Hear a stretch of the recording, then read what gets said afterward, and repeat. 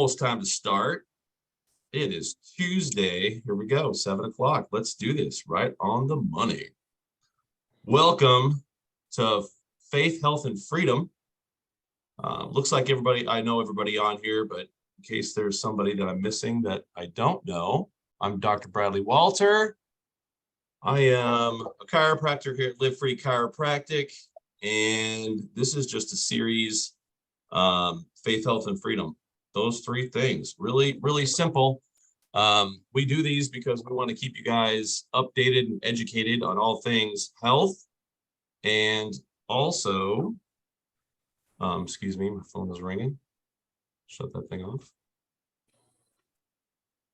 Things that matter, like liberty, freedom, our faith. And so why don't we go ahead and get started? Today, we have a friend of mine as a special guest. His name is Nevin Carr, and he's going to be joining us a little later. I see he's on the line, which is awesome. But Nevin and I, we met about a year, I would say probably about a year ago, maybe a year and a half ago, and sat down with him. And the first thing that struck me was just his knowledge, his wisdom that he has for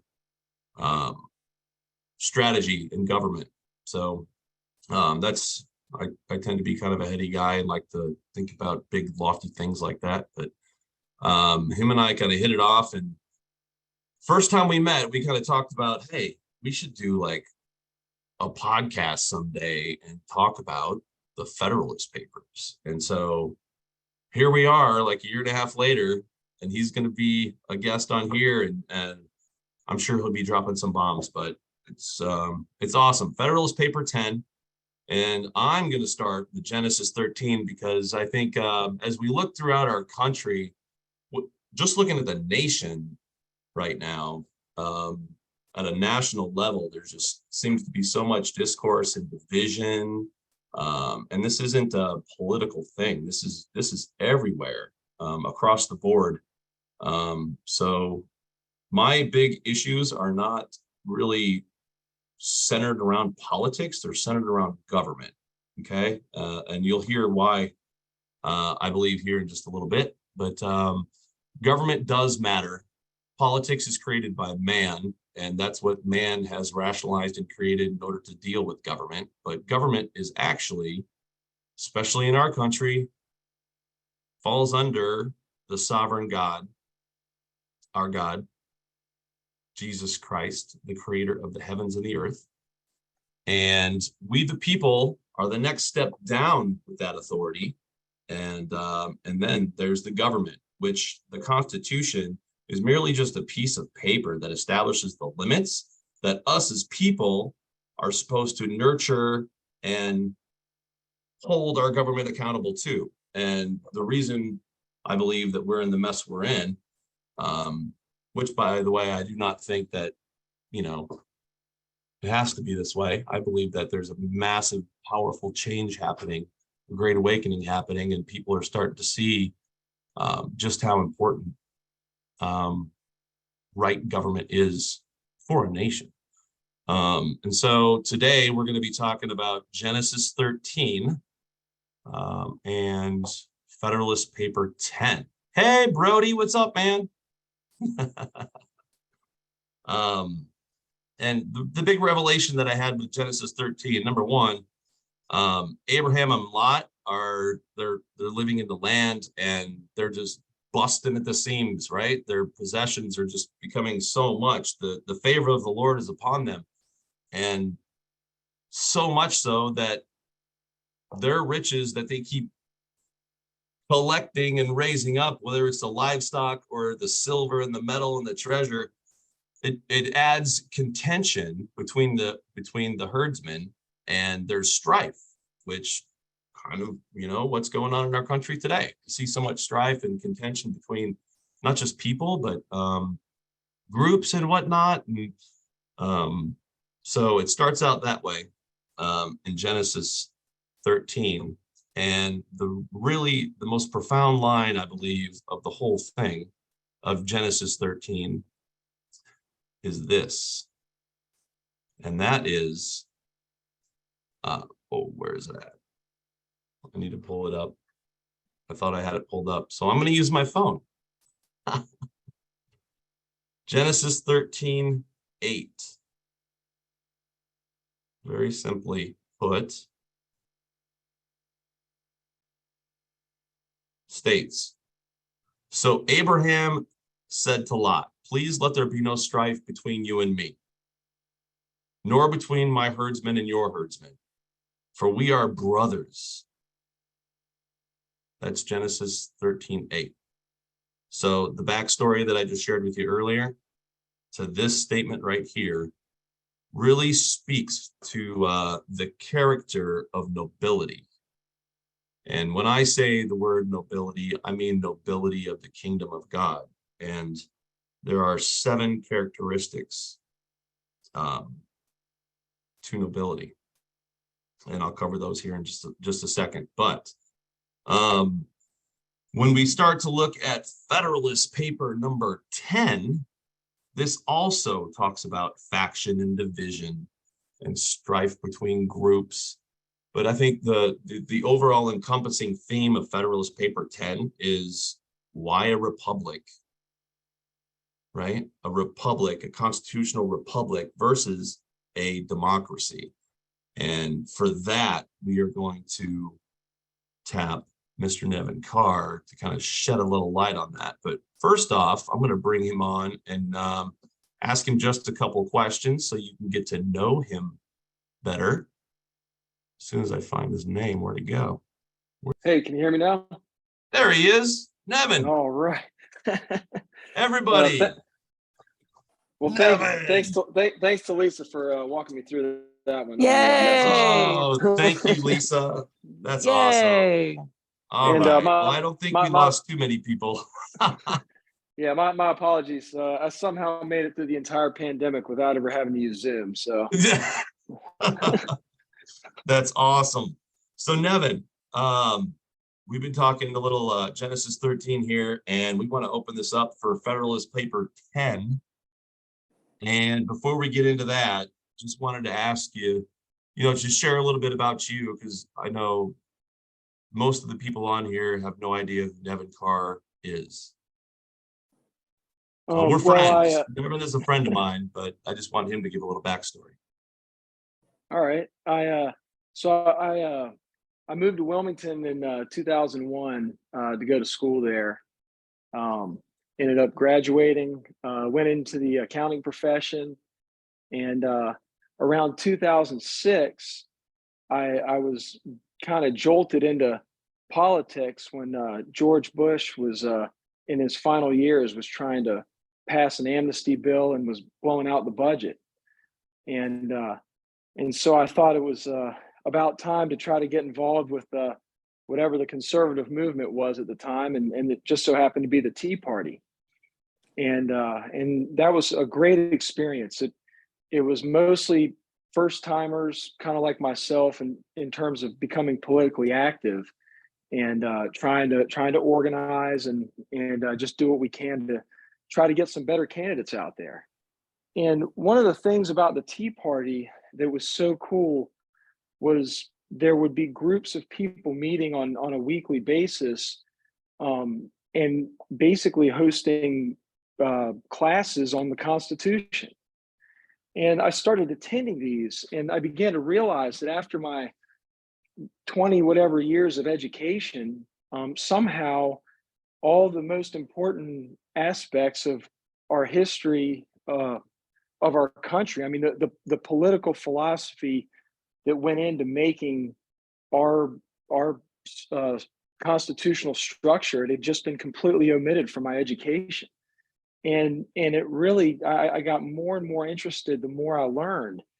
And over time, I began to try to seek out more sources, just to try to learn as much as I could about all the wonderful things that culminated to give us the society that we were so lucky to be born into.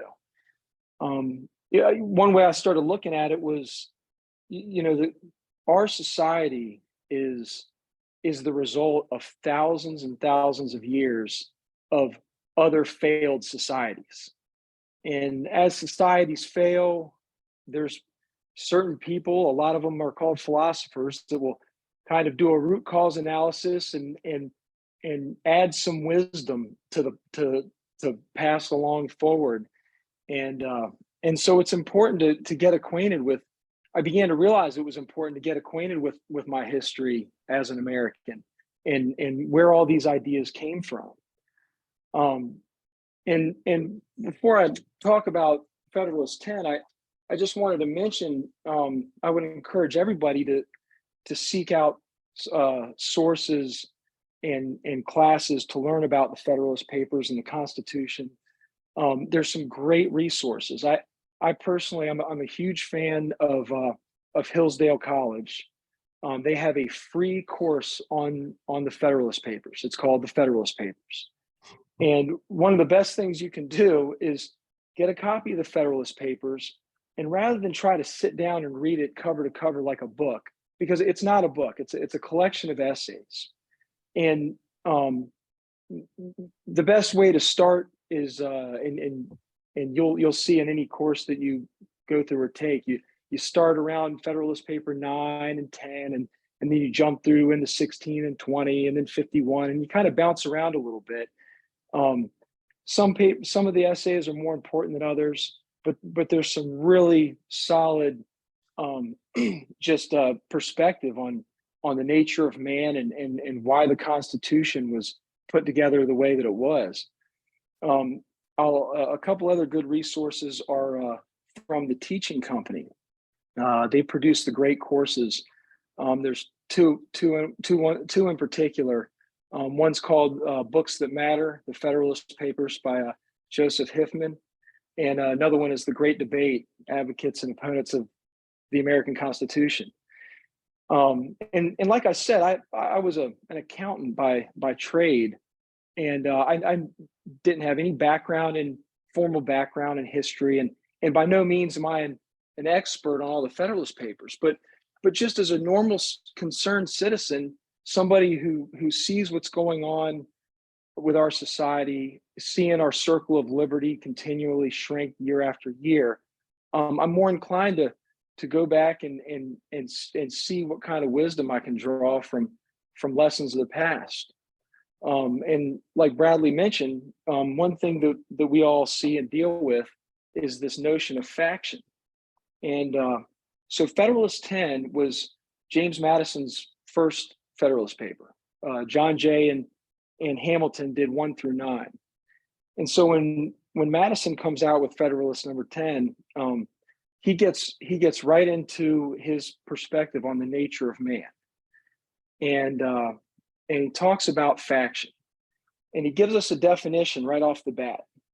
He says, by faction, I understand a number of citizens, whether amounting to a majority or a minority of the whole, who are united and actuated by some common impulse of passion or of interest, adverse to the rights of other citizens or to the permanent and aggregate interests of the community.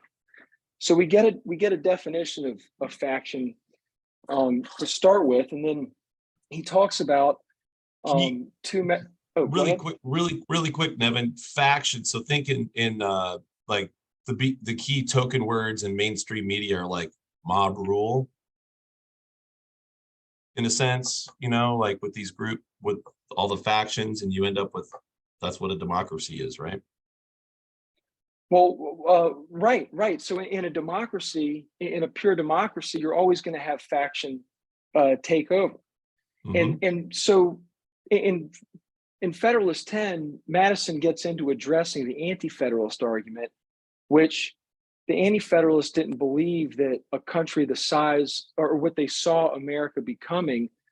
Up until then, republics were only very small societies. Athens, Sparta, Greece,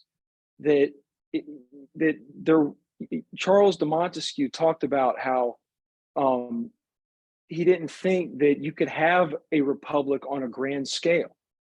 And Madison disagrees, and he lays out his arguments here in Federalist 10. And so kind of getting into that, Madison talks about there's 2 ways to cure the mischiefs of faction. You either have to remove the causes or you control the effects. And to remove the causes, he talks about how faction is sown into the nature of man. And if you're going to remove the cause, you're either going to have to take people's liberty away, or you're going to have to try to, teach them to all be the same. And so it's a fool's errand to try to focus on removing the cause. So his solution is controlling the effect, and that ultimately he comes up with a way to use faction against faction. Before I get into that, I just want to read real quick another excerpt here from the paper, where Madison really gets into describing the nature of man, and this is one of the more famous passages. He says, "The latent causes of faction are thus sown into the nature of man, and we see them everywhere, brought into different degrees of activity according to the different circumstances of civil society.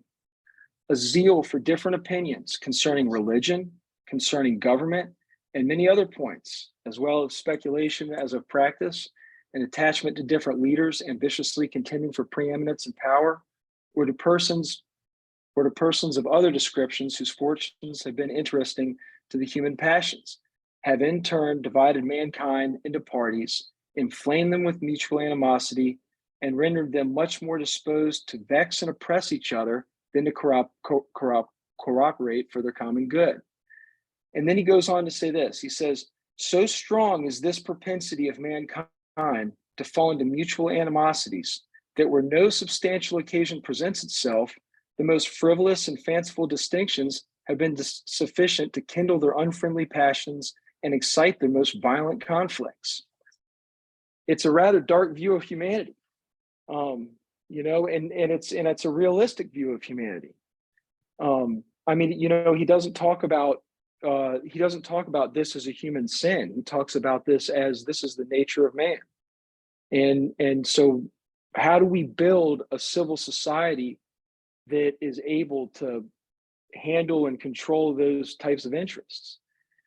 And so ultimately, he argues that in a large republic, you can make a large republic successful so long as there are so many factions that none are able to actually rise above the others. So you have these competing interests. I mean, we see it the way that we have our government divided into the different branches, not only the divisions kind of horizontally at the federal government level, the judiciary, the the executive, but also going down, we have government at the national level, government at the state level, and government at the local level.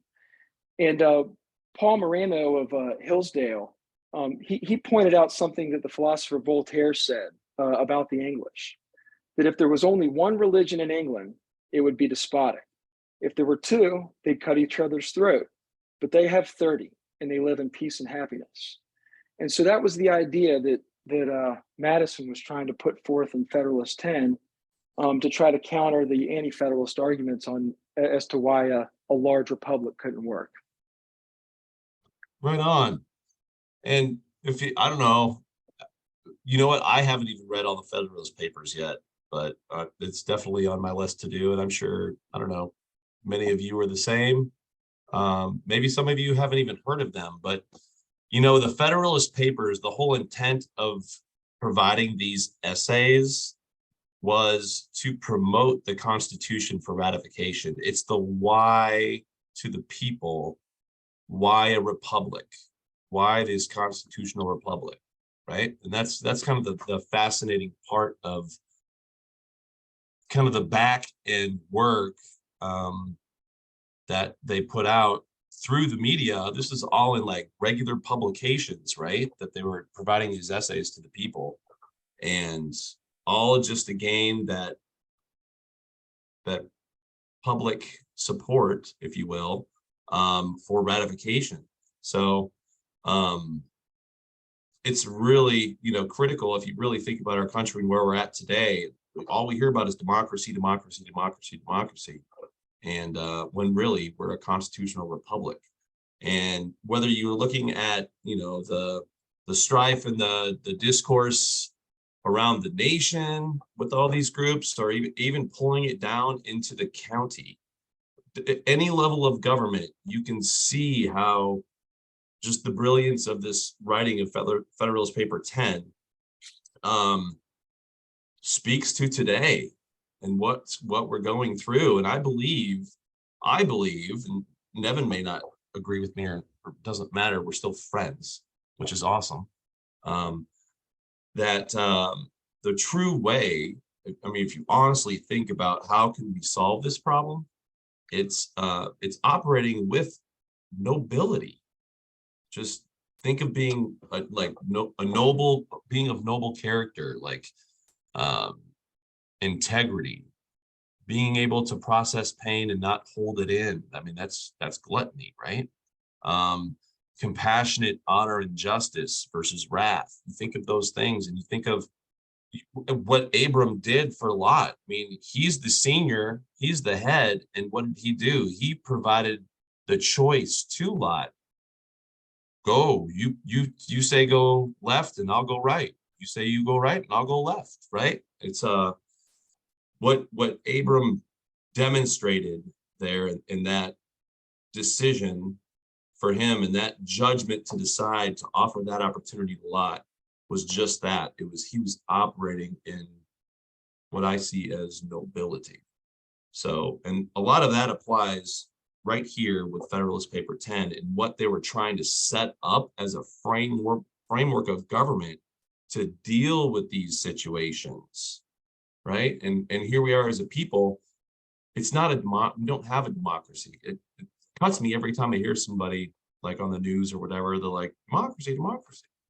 But it really is just part of the genius of everything that those founders in Independence Hall way back in the day came together and sat in that sweaty room for how many days? Like long time, right? And came up with the document that still holds true today in the Constitution. So it's really, really awesome. Hey, Nevin, tell me what this one thing rings true to me, this phrase that you said to me about a year ago, this pinch of tyranny. Like everybody just needs a little, if you could recognize just a pinch of tyranny, and that tyranny is one of those two ways of removing discourse, right? Well, so tyranny is the best motivator to action. Yeah. I mean, if anytime you sit down in a room with somebody and try to convince them to take to get serious about civic involvement, right? And everyone's always going to say the same thing. I mean, I've been guilty of this too. I don't have the time, I'm so busy. Yeah. Well, there is nothing that moves people into civic engagement faster than when they feel real iron-fisted tyranny right at their front door. I mean, we've been living under. I'm a big fan of Mark Levin. I've been listening to him for a lot of years, and he always used to talk about soft tyranny, and that came from that was a description from Frederick Bastiat, that there was this creeping soft tyranny that we all kind of saw it in the background, the administrative state putting out all the regulations and everything over the years. But it really wasn't until COVID that we saw what real tyranny can be like. I mean, did anybody ever think in a million years that we'd be dealing with forced vaccinations? When there's certain specific things. I'll tell you what. After the 2012 election, after spending many hours phone banking for Mitt Romney, which was probably one of the most terrible things I've ever had to do, and trying to beg fellow conservatives to get out and vote for this guy, and just watching how that whole election went down, I looked at the Republican Party and threw my hands up and said, well, I've put a lot of years into trying to move the ball and we're still going in the wrong direction. Yeah. So I joined up with the Convention of States movement for a couple of years, um, Hmm. and put some time into that, and then I started having kids, and I just never paid much attention to local politics. I mean, if you're not a homeowner and if you don't have kids, then yeah, local politics aren't always the first thing that you think about when you're watching the news and looking at political issues. Right. Well, when my son was being forced, my kindergartner was being forced to wear a mask every day at school, even after the county mandate was lifted, um, that set a fire under me, Hmm. and it set a fire under a lot of my friends also. That, hey, it's time to get involved in the local level, and we're guilty of being asleep at the wheel. We haven't been watching the people going into the school board. I mean, I go and I vote for the Republican every time I go to vote, but apparently one of those Republicans was Stephanie Craybill, and Yeah. she's the one that motivated me to rally a bunch of my friends and actually take action. And it's interesting, Bradley, you were talking about how we met, but that's how we ended up, we had a common goal in trying to Yeah. flip the school board. Get And those 4 so seats filled. Yeah. Come on. if I didn't have a son who was being forced to wear a mask, and I had met you and you were trying to convince me to help out with the school board, I probably would have said, I'm too busy. I've got other stuff to do. Same thing everyone says. Right. So the few, for us to be able to be effective, for the conservative movement to be effective, we have to have an infrastructure, an organization that we can rely on, that over time we're able to continually build, that we're playing the long game, that we're patient, we're persistent. And after doing this for about 20 years now, I've come to the realization that that should be the purpose of our local Republican Party. That your local Republican Party needs to be able to serve the greater conservative movement. I mean, look, most people are conservative whether they know it or not. They might not Yeah. call themselves conservative, but everyone knows what tyranny feels like. And Hmm. when you get pinched with tyranny that first time, and Yeah. you do like what I did, when you pull your head up and you say, okay, well, now what do I do? The What? Republican Party should be the place that everybody wants to go, to solve that. So I want to, in closing, what I'd like to do is tell me what you're doing now, and also before you do that, um, do you have your statement of beliefs from the website? Um, I mean, I quasi know it, but here Yeah. I can You could. tell you right now. Yeah. So I think I- that was something else that was really important, that yeah. had that we the Republican Party needs to rally around a common, there's a million things that we all disagree on. And if you read Federalist 10, James Madison had he that's not something that just fell out of the sky yesterday. People have been Hmm. dealing with the nature of humanity, and the nature to want to fight over any little thing. Yeah. But there has to be some basic things that we all absolutely agree on. And I think it was back in the 80s, there's a guy named Dr. Max Graber. Yeah. Um, and Ronald Reagan gave him, he got some kind of award for something. I can't remember what it was, but he wrote this just really, really articulate statement of what he thought the Republican Party should adopt as their beliefs. And some Republican parties have adopted them, and I would hope that our local one will as well.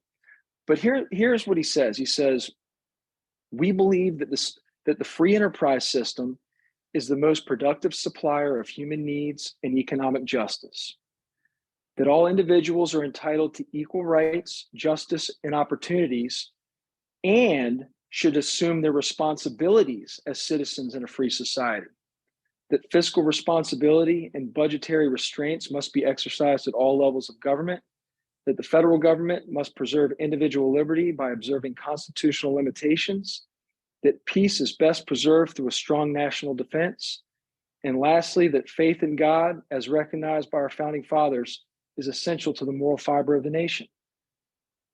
So when somebody says, well, okay, what does it mean to be a Republican?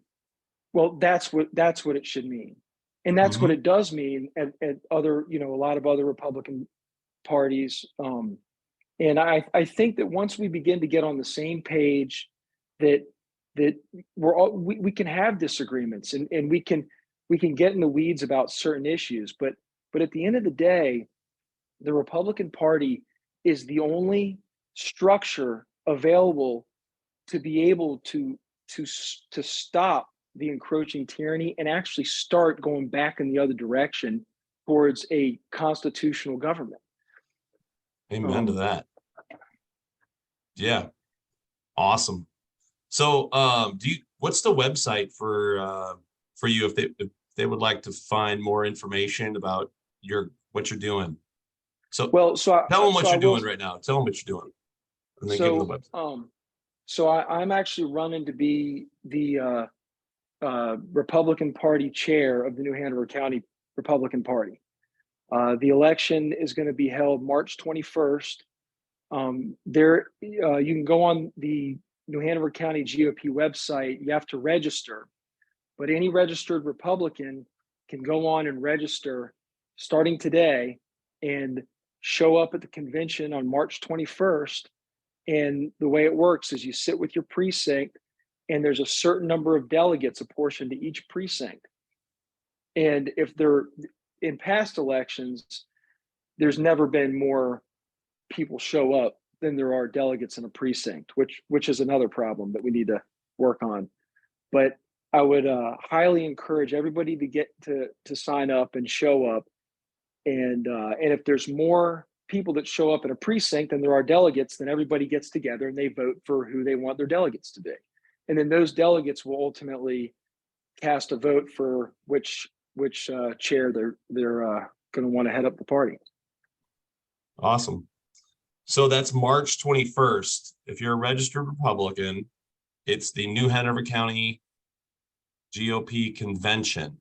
It's actually a pretty fun time. You go, you see all sorts of people, hang out, talk, and then it's kind of a grand event with I forgot that gentleman's name that's leading it, but he's the perfect guy to lead it and kind of MC the event, if you will.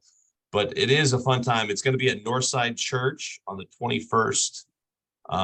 And I believe the doors open at 5, and you must be in line by 6:30.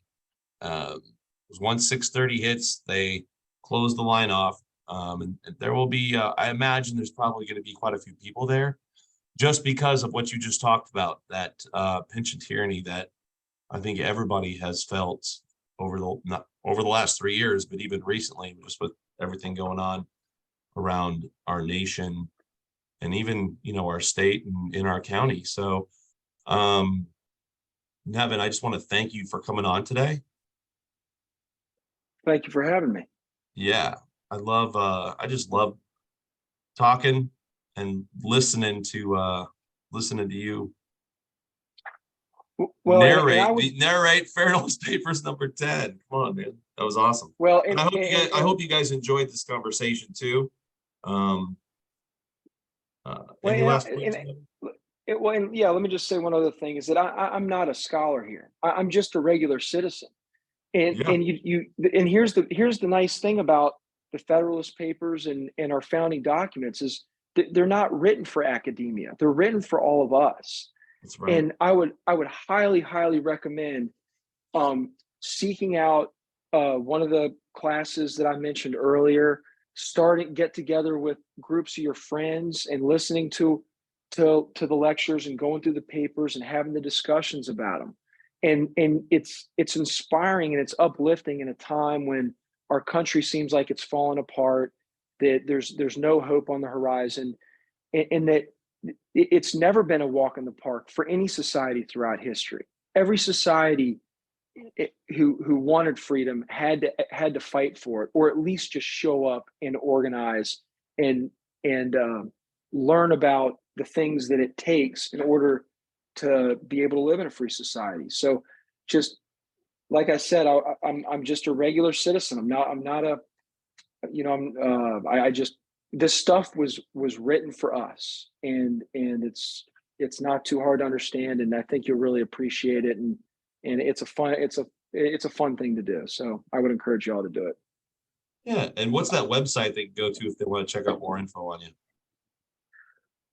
So the website on for my campaign is www.nhcproven.com.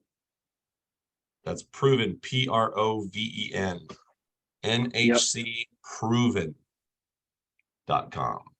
Awesome.